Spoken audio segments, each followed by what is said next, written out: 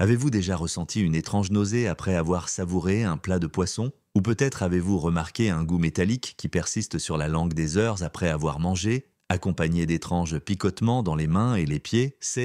Des symptômes apparemment sans rapport peuvent être des signes avant-coureurs évidents, des indicateurs que vous avez mangé, variété de poissons particulièrement nocive pour les personnes de plus de 50 ans. Cela peut paraître surprenant. Mais de nouvelles découvertes de l'Institut national de toxicologie espagnol montrent que plusieurs poissons populaires, ils contiennent du mercure et d'autres toxines à des niveaux jusqu'à 47 fois supérieurs à la limite de sécurité pour les personnes âgées. Encore plus choquant, un pourcentage important de personnes âgées, 63% selon l'Agence de sécurité espagnole. Les chercheurs de l'alimentation et de la nutrition, AESAN, consomment régulièrement ces espèces problématiques sans en connaître les risques.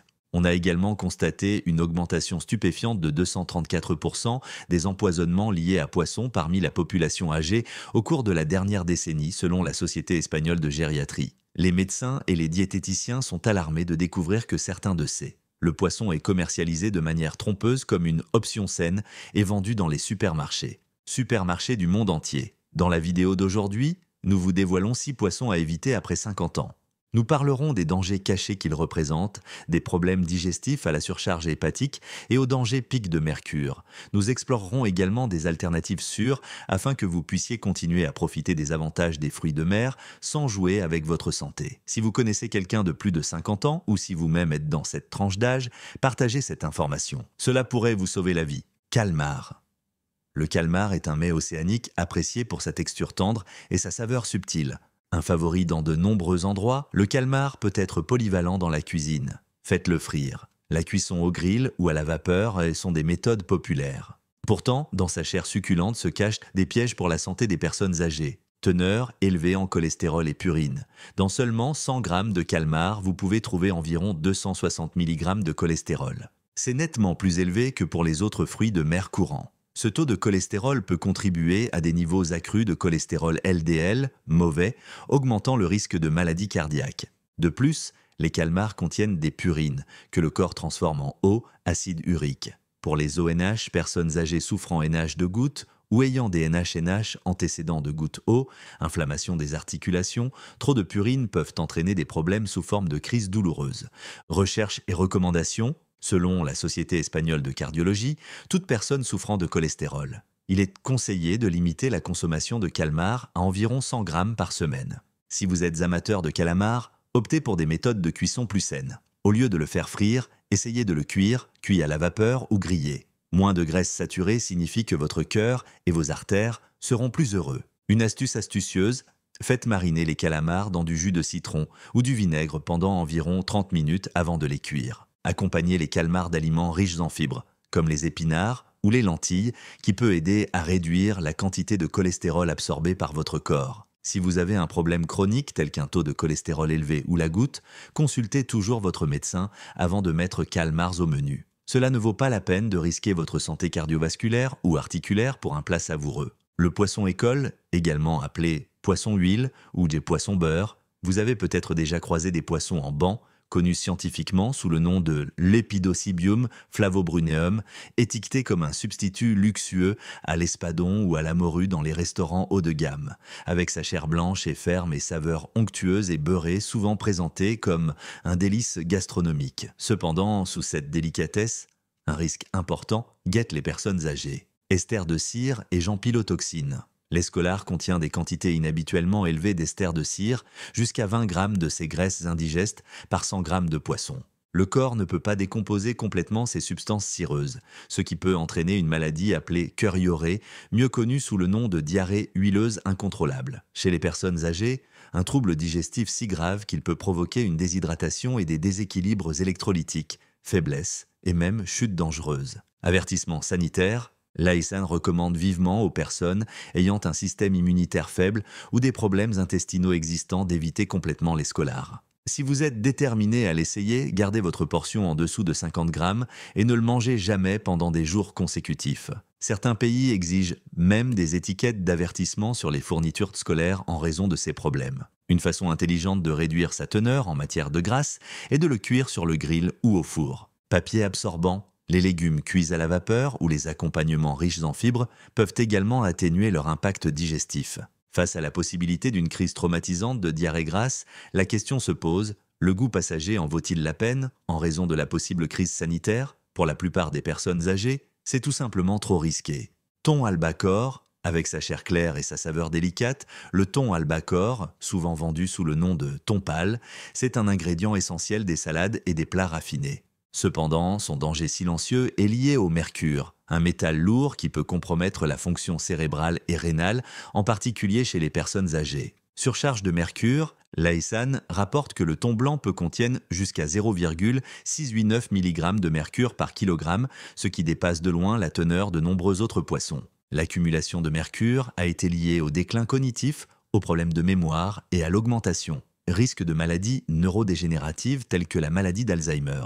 Cela peut également affecter la santé des reins et la fonction cardiovasculaire si les niveaux sont trop élevés. L'Organisation mondiale de la santé, OMS, conseille de ne pas ingérer plus de 1,6 microgramme de mercure par jour, kilogramme de poids corporel par semaine. Cela se traduit par moins de 200 grammes de thon blanc par semaine pour un adulte de 70 kg maximum. Conseil pour une consommation plus sûre, ne consommez du thon blanc qu'une fois par mois maximum si vous êtes particulièrement sensible ou si vous essayez de réduire au minimum votre exposition au mercure. Combinez-le avec des aliments riches en sélénium comme les noix du Brésil pour potentiellement contrer toxicité du mercure. Une seule noix du Brésil peut fournir jusqu'à 68 microgrammes de sélénium. Le thon en conserve dans l'eau a généralement une teneur en mercure légèrement inférieure à celle des versions dans l'huile. Choisissez de rôtir ou de cuire au four plutôt que de frire. La friture à haute température peut provoquer que les toxines sont concentrées dans l'huile et la graisse du poisson. Sardines.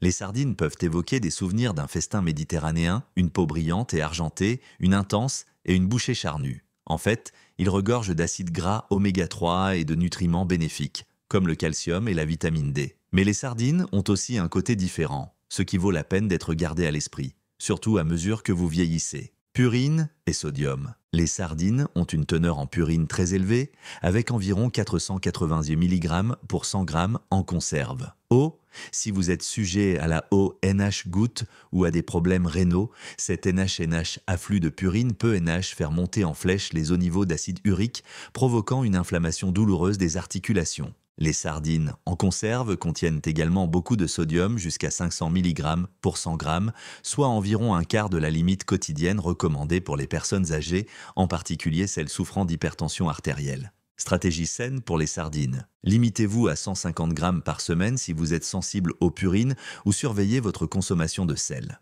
Choisissez des sardines fraîches plutôt que celles en conserve. Faites-les rôtir ou cuire au four sans sel supplémentaire. Équilibrez le sodium en mangeant des aliments riches en potassium comme l'avocat ou les bananes, accompagnés de leurs sardines. Le potassium peut aider à contrôler la pression artérielle. Une astuce moins connue, faire tremper brièvement les sardines dans de l'eau mélangée à du jus de citron. Cela peut réduire leur teneur en sodium et les rendre plus faciles à digérer. Il n'est pas nécessaire d'abandonner complètement ce poisson nutritif, il suffit de faire attention à la quantité et à la préparation si recherchent un mode de vie plus sain, après 50 ans.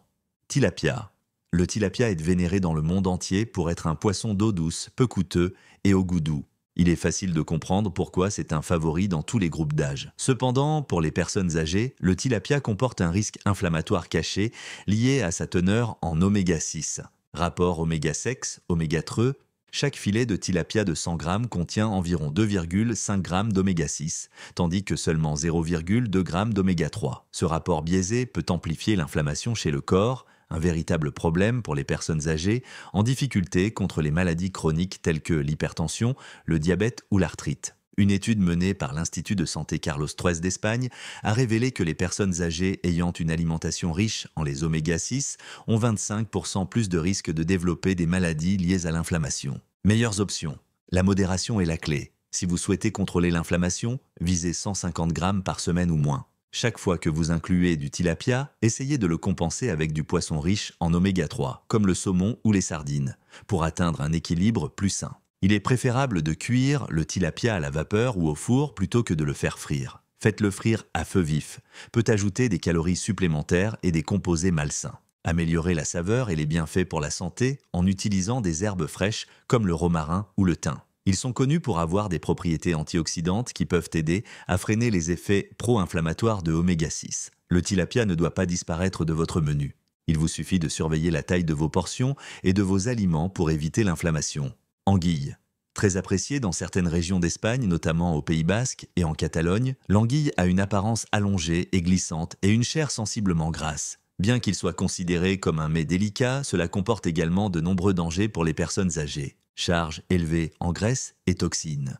Avec environ 25 grammes de matière grasse pour 100 grammes de viande, l'anguille n'est pas un repas léger. Toute cette graisse peut affecter à la fois la digestion et le système cardiovasculaire, surtout si votre métabolisme a ralenti avec l'âge. Les données de l'ASN indiquent une concentration moyenne de mercure de 0,3 mg par kg chez les anguilles. Les anguilles accumulent également des dioxines et des biphényles polychlorés, PCB, substances toxiques liées à un risque accru de maladies neurodégénératives comme la maladie d'Alzheimer. Chez les personnes âgées, ces toxines peuvent rester plus longtemps dans le système, ce qui peut entraîner inconfort digestif, augmentation du cholestérol LDL et stress sur la fonction hépatique. Comment déguster l'anguille en toute sécurité, si nécessaire? Limitez strictement les portions à environ 80 grammes une fois par mois si vous aimez l'anguille. Pour éviter de le saturer avec plus d'huile, optez pour une cuisson à la vapeur ou au grill plutôt qu'à la friture. Une astuce surprenante, faire tremper l'anguille dans de l'eau mélangée à du vinaigre pendant environ 30 minutes peut aider pour réduire certaines toxines et également pour faciliter leur digestion. Compte tenu des implications pour la santé, il est conseillé de peser le plaisir de l'anguille versus les dégâts qu'elle peut causer à votre corps. Pour beaucoup, le rapport risque-récompense n'est pas favorable. Conclusion pour les 6 dangereux. Si vous ou une personne qui vous est chère avez plus de 50 ans, il est essentiel de savoir que ces 6 poissons, calmar, escolar, thon albacore, sardines, surtout en conserve, tilapia et anguilles, peuvent présenter des risques sanitaires importants. Chacun a son propre profil de risque spécifique, qu'il s'agisse d'excès de cholestérol, de toxicité du mercure ou d'effets pro-inflammatoires. Cependant, un régime alimentaire plus sûr est à portée de main. Prenez l'habitude de vérifier les étiquettes, les méthodes de cuisson et des portions adaptées pour maintenir les substances nocives sous contrôle. Si vous avez trouvé cette partie de la vidéo utile, veuillez cliquer sur j'aime et partager l'information. Nous devons rester ensemble pour protéger nos proches des menaces silencieuses qui se cachent dans des aliments apparemment inoffensifs. Un passage vers des alternatives plus saines. Maintenant que nous avons couvert le poisson que vous pourriez vouloir manger, évitons. Concentrons-nous sur les aliments qui peuvent faire des merveilles pour le bien-être des personnes âgées. Une mauvaise alimentation peut contribuer à des maladies chroniques telles que l'insuffisance cardiaque, l'accident vasculaire cérébral, cérébrovasculaire, cancer et arthrite. Des études menées en Espagne montrent que plus de la moitié des personnes âgées souffrent de douleurs physiques ou mentales durables en raison de maladies chroniques. La bonne nouvelle, les bons aliments peuvent servir d'outils puissants de prévention et de soulagement. Tirez-vous le meilleur parti de ces sources de nutriments dans vos propres repas? Plongeons-nous dans 8 aliments clés qui peuvent aider à protéger et à améliorer la santé des personnes âgées. Du soulagement de la douleur à la prévention de maladies graves. Nous commencerons par l'un des favoris des amateurs de cuisine latino-américaine qui possède un grand pouvoir nutritionnel. Haricots noirs. Alors pourquoi les haricots noirs sont-ils si prisés dans des pays comme le Mexique, Cuba et le Brésil? La réponse réside dans sa densité nutritionnelle. Ces petites légumineuses apportent bien plus que de la saveur. Protéines végétales, les haricots noirs sont une source de protéines de première qualité, en particulier pour les végétariens ou les végétaliens cherchant à atteindre leurs objectifs quotidiens en protéines. Teneur élevée en fibres. Les fibres alimentaires contenues dans les haricots noirs aident à prévenir la constipation et à maintenir la régularité dans les mouvements intestinaux et stabiliser la glycémie, ce qui est précieux pour les personnes atteintes de diabète ou de prédiabète. Merci d'avoir regardé et restez à l'écoute pour plus de conseils sur la façon de protéger votre santé et votre bonheur pendant vos années d'or.